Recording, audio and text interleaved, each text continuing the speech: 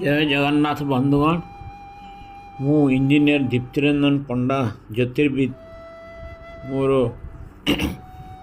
ज्योतिष शास्त्र भित्तिक चैनल कुंडली भविष्यत आपण मानक अभिनंदन जनाऊँगी। गत अध्याय आमे मेष वृष मिथुन और कर्कट लग्नर व्यक्ति मानकर कौन गुण से विषय आलोचना करथिले। आज आमे आउ चारोटी लग्न यथा सिंह कन्या तुला और बिछा लग्नर गुणगुड़िक आलोचना करिबा। प्रथमे सिंह लग्न व्यक्तिंकर राजकीय ठाणी स्वास्थ्यवान हृष्टपुष्ट शरीर चौड़ा छाती चौड़ा कांध केश गुड़िक टाँसिया बा मोटा एवं सिंह परी टाणुआ सेमाने गहना पिंधिया को भल पाती। सकारात्मक गुण एमाने महत उच्चभिलाषी दयालु न्यायवान स्वाधीन भावे भावुक प्रत्येक परिस्थिति को खाप खुआई पारती विश्वस्त उदारमना विशेषकर निजर जीवन साथी प्रति बहुत सकारात्मक दृष्टि निजर पिलांक प्रति अत्यधिक मोह तांको संपर्क थिबा समस्ती को सुरक्षा दियंती धर्मपरायण इत्यादि। नकारात्मक गुण टिके गर्वी सदाबले समस्त को चाहिए तांको आड़ को आकर्षित करने को समस्त को प्रभावित करने को चाहती चिड़चिड़ा और बेले बेले असह्य पुरुष उभयलिंगी को आकर्षित होती और महिला माने बेसी महिला को आकर्षित होती लेसिबियान। उपयुक्त वृत्ति बा जीविका एमाने भल राजनीतिज्ञ नेता प्रशासनिक अधिकारी गहना व्यवसायी शिक्षकता डाक्तरी धर्मगुरु इत्यादि हेले बहुत भल करेंगे। एमानकर स्वास्थ्य और रोग एमान विशेषतः हृदय संबंधी व हार्ट रिलेटेड डिजीज मेरुदंड संबंधी रोग पड़ पारती किंतु चमत्कार गठनर शरीर प्राप्त होता। यापर आम आलोचना करवा कन्या लग्नर व्यक्ति माने डेंगा पतला निजर बयस ठारू कम बयस परी देखा जाती धीर स्थिर कथा गोपन रखती पुरुष मानक चाली माइचिया परी। सकारात्मक गुण बहुत बुद्धिया बढ़िया स्मरण शक्ति श्रृंखलित नियम मानी चलती सफा सुतरा स्वास्थ्यकर खाद्य और उन्नत जीवनधारा सेमाने संगीत कलाकृति कर्तव्यपरायण निजर जीवन साथी पाई विश्वस्त भल जीवन साथी भल माता पाई परिवार हस खुशी चले पिला माने उच्च शिक्षित और भल अर्थ रोजगार करेंगे निजे भी उच्च शिक्षित और आध्यात्मिकवादी।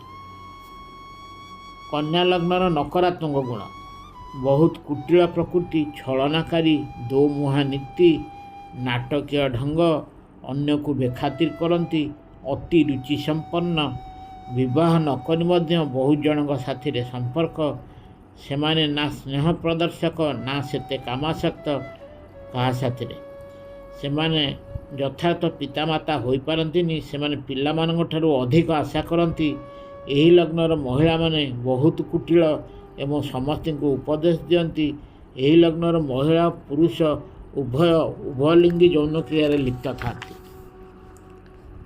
उपयुक्त वृत्ति बा जीविका कन्या लग्न कुंडली एमाने डाक्तर हेले भल करिवे नर्स समीक्षक बा ऑडिटर सांबादिक हिसाब रक्षक परिसंख्यानकारी सचिव लेखक समालोचक वाणिज्य संबंधी कार्य भल करिवे कृषि विज्ञान भी भल करिवे।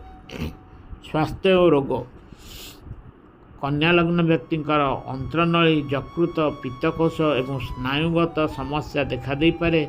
सेमाने पक्षाघात रोग वृद्ध समय भोग करि पारंती बा जननेन्द्रिय संबंधी समस्या पीड़ित हो पारंती। तुला लग्न में जन्मित व्यक्ति देखिया बहुत सुंदर उज्जवल मुखमंडल दांत गुड़िक सुंदर और प्रायतः स्वास्थ्यवान। यही लग्नर महिला माने सुंदरी प्रतियोगिता रे भाग नियंती उभय महिला और पुरुष कामासक्त। तुला लग्न कुंडली सकारात्मक गुण ଏମାନେ ନ୍ୟାୟବାନ, ବୁଦ୍ଧିମାନ ସହିତ କଳ୍ପନା କରିପାରିବା ଶକ୍ତି ଅଧିକ, ଶାନ୍ତିପ୍ରିୟ ବ୍ୟକ୍ତିତ୍ୱ। ସେମାନେ ସଙ୍ଗୀତ, କଳା, ସିନେମା ଓ ଅଭିନୟରେ ରୁଚି ରଖିପାରନ୍ତି। ସର୍ଜନାତ୍ମକ ବା କ୍ରିଏଟିଭିଟି, ସର୍ଜନାତ୍ମକ ଚିନ୍ତାଧାରା। ସେମାନେ ସାଧୁ, ସତ୍ୟବାଦୀ, ସହାନୁଭୂତିଶୀଳ, ସ୍ନେହାଳୁ, ପ୍ରେମପ୍ରବଣ, ମନମୁଗ୍ଧକର ବ୍ୟକ୍ତିତ୍ୱ ଏବଂ ନିଜ ପିଲାଙ୍କ ପଢ଼ା ପାଇଁ ତତ୍ପରତା ପ୍ରକାଶ କରନ୍ତି। ତୁଳା ଲଗ୍ନର ବ୍ୟକ୍ତିଙ୍କର ନକାରାତ୍ମକ ଗୁଣ। ଏହି ବ୍ୟକ୍ତିମାନେ ସମଲିଙ୍ଗୀ ଜନନ ପାଇଁ ଆଗ୍ରହୀ, ଭୟାଳୁ, ଅଳସୁଆ, ଅତି ଶୋକ ସ୍ୱାଚ୍ଛନ୍ଦ୍ୟରେ ଆଗ୍ରହୀ, ସ୍ୱାର୍ଥପର, ଉପର ଠାଉରିଆ ପ୍ରକୃତି ଏବଂ ବହୁତ ଆଦର୍ଶବାଦୀ ଦେଖେଇ ହୁଅନ୍ତି। ସେମାନେ ଦିବା ସ୍ୱପ୍ନ ଦେଖନ୍ତି, ସଦାବେଳେ ଅସନ୍ତୁଷ୍ଟ, ତେଲ ମାରି କାମ ହାସଲ କରନ୍ତି ଓ ଅନ୍ୟକୁ ମିଥ୍ୟା ସ୍ନେହ ଦେଖାନ୍ତି। ନିଜର ସୁବିଧା ପାଇଁ ବିବାହ କରନ୍ତି ଓ ନିଜର ଭାଇ ଓ ଭଉଣୀଙ୍କ ସାଥିରେ ଭଲ ସମ୍ପର୍କ ନଥାଏ। ତାଙ୍କର ବିକଳାଙ୍ଗ ପିଲା ଜନ୍ମ ହୋଇପାରନ୍ତି ଓ ନିଜର ମାତା ରୁଗ୍ଣ ହେବାର ସମ୍ଭାବନା। ଜୀବନସାଥୀ ବ୍ୟକ୍ତି ଉପରେ ମୁରବିପଣିଆ ଜାହିର କରେ ଏବଂ କଳହପ୍ରିୟ। କେତେକ କ୍ଷେତ୍ରରେ ଦ୍ୱିତୀୟ ବିବାହ ହୋଇପାରେ। ତୁଳା ଲଗ୍ନର ବୃତ୍ତି ବା ଜୀବିକା। ତୁଳା ଲଗ୍ନ ବ୍ୟକ୍ତି କଳାକାର, ଚିତ୍ରକର, ସଙ୍ଗୀତକାର, ଅଭିନୟ, ସ୍ଥାପତ୍ୟଶିଳ୍ପୀ, ଓକିଲାତି ଓ ନ୍ୟାୟାଧୀଶ ଇତ୍ୟାଦି ପେଶାରେ ଭଲ କରିବେ। ସେମାନଙ୍କର ଆୟ ମଧ୍ୟମ ଧରଣର। ବ୍ୟକ୍ତିର ଜୀବିକା ବା ଚାକିରି ଜଳ ସମ୍ବନ୍ଧୀୟ ହେଲେ ବହୁତ ଭଲ। ବୈଦ୍ୟୁତିକ ବା ଇଲେକ୍ଟ୍ରିକାଲ ଇଞ୍ଜିନିୟରିଂ, ଇଲେକ୍ଟ୍ରୋନିକ୍ସ ଇଞ୍ଜିନିୟରିଂ ଏହିପରି କ୍ଷେତ୍ରରେ କଲେ ବି ବହୁତ ଭଲ କରିବେ। ସ୍ୱାସ୍ଥ୍ୟ ଓ ରୋଗ। ତୁଳା ଲଗ୍ନ ବ୍ୟକ୍ତିଙ୍କର ବୃକକ୍, ମୂତ୍ରନଳୀ ସମ୍ବନ୍ଧୀୟ, ସ୍ନାୟବିକ ଦୁର୍ବଳତା, ଚକ୍ଷୁ ରୋଗ ଇତ୍ୟାଦି ଦେଖାଦେଇପାରେ। ବ୍ୟକ୍ତିର ଯୌନ ସମ୍ବନ୍ଧୀୟ ରୋଗ, ବସନ୍ତ, ହାଡ଼ଫୁଟି ରୋଗ ହୋଇପାରେ। ବର୍ତ୍ତମାନ ଆସିବା ବିଛା ଲଗ୍ନ। ବିଛା ଲଗ୍ନର ବ୍ୟକ୍ତିଙ୍କର ଚେହେରା ହେଉଛି ଟୋକାଳିଆ ବା ୟଙ୍ଗ ଦେଖାଯାଆନ୍ତି। ସବୁବେଳେ ନିଦ୍ରାଳୁ ଚକ୍ଷୁ, ଲମ୍ବା ନାକ ଏବଂ ଆଦେଶ ଦେଲା ଭଳି ଚେହେରା। ବିଛା ଲଗ୍ନ ବ୍ୟକ୍ତିଙ୍କର ସକାରାତ୍ମକ ଗୁଣ। ଏହି ବ୍ୟକ୍ତିମାନେ ଦୃଢ଼ ପ୍ରତିଜ୍ଞ। ଏମାନେ କଳି କରି ଚରମ ସୀମାରେ ପହଞ୍ଚନ୍ତି। ସର୍ଜନାତ୍ମକ ଚିନ୍ତାଧାରା, ଭାବପ୍ରବଣ, ସାହସୀ। ସେ ଯାହା କରନ୍ତି ନିଷ୍ଠାର ସହ। ଏହି ଲଗ୍ନ ବ୍ୟକ୍ତି ହୁଏତ ଅତି ଉପରକୁ ଯିବେ କିମ୍ବା ପୁରାପୁରି ଡୁବିଯିବେ। ସେମାନେ ପୁରାପୁରି ସନ୍ଥ ହେବେ, ନହେଲେ ପାପୀ ସ୍ୱଭାବର ହେବେ। ତାଙ୍କୁ ରହସ୍ୟମୟ ଜୀବନ ପସନ୍ଦ ହେବ ଏବଂ ସେମାନେ ନିରବଚ୍ଛିନ୍ନ ଭାବରେ ଠିଆ ହୋଇପାରିବେ। ସେମାନଙ୍କର ଯୌନ କ୍ଷମତା ବହୁତ ସମୟ ଧରି। ପ୍ରାୟତଃ ସେମାନେ ବିବାହ କରି ସୁଖୀ। ବ୍ୟକ୍ତିର ପିତା ସ୍ୱାସ୍ଥ୍ୟବାନ, ଭାଗ୍ୟବାନ। ବ୍ୟକ୍ତିର ପିଲାମାନେ ଉଚ୍ଚଶିକ୍ଷିତ, ଅତୀବ ଧନୀ ନହେଲେ ବି ଧନବାନ।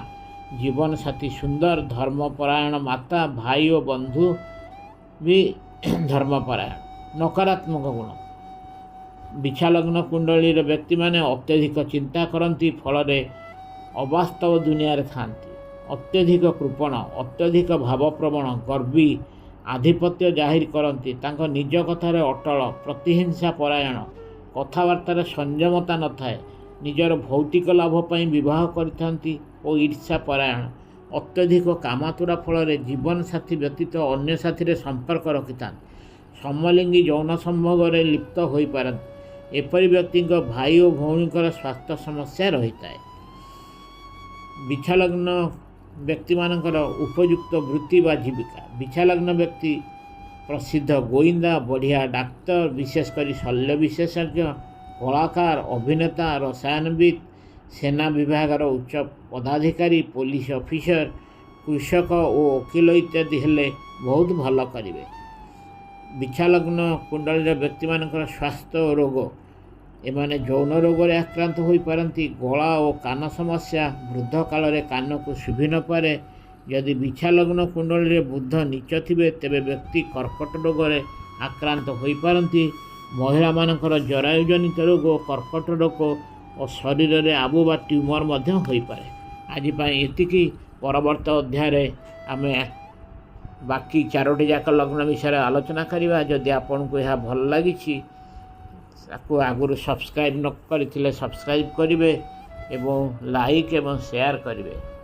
ଜୟ ଜଗନ୍ନାଥ।